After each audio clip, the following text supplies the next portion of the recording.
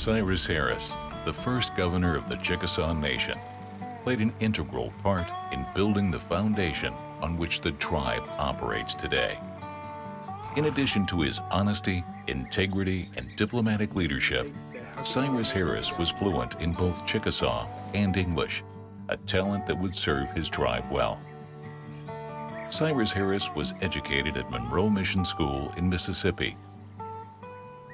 He also attended an Indian school in Giles County, Tennessee for a time. His educational opportunities were very limited compared to some of his even contemporaries and relatives in the Chickasaw Nation who were educated in Washington, D.C. or in the Northeast. So he was a natural leader in that respect.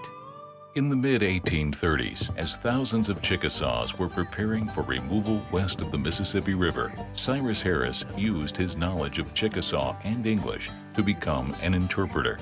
He served a very vital role as an interpreter between those that wanted to buy the land, who were non-Indian and English-speaking, and those that were needing to sell their land, which were Chickasaw people who spoke only Chickasaw. It became evident to people in the tribe that he was quite good at being able to communicate. And so he was also instrumental in being an interpreter for council meetings and also trips to Washington. Harris became involved in politics in 1850 when he was appointed to accompany Colonel Edmund Pickens to delegate for the Chickasaw people in Washington, D.C. Cyrus Harris was among the majority that thought that somehow the tribe was getting lost, and a great deal of nationalism began to develop, and began the process of developing their own constitutional government. With the adoption of the official tribal constitution in 1856, Harris was elected as the first governor of the Chickasaw Nation. Governor Harris immediately organized a new government, establishing a capital at Good Springs and renaming it Tishomingo in honor of the revered chief.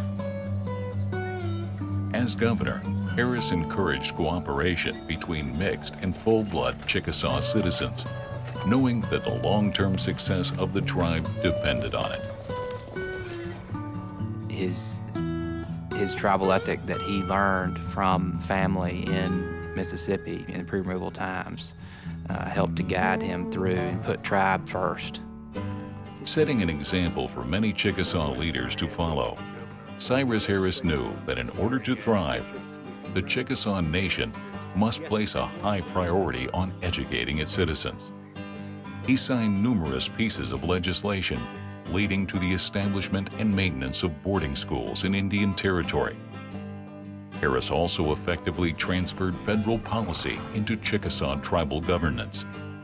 In doing so, he swiftly carried out rulings on the Reconstruction, freeing slaves within Chickasaw territory. Governor Harris resided in the old Mill Creek area, where he had several successful businesses, including a trading post and grist mill. It was there at his home he died in January of 1888.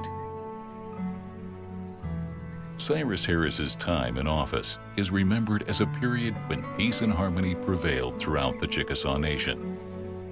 His influence can clearly be seen throughout Chickasaw history. His lasting fingerprint lingers on tribal success still today.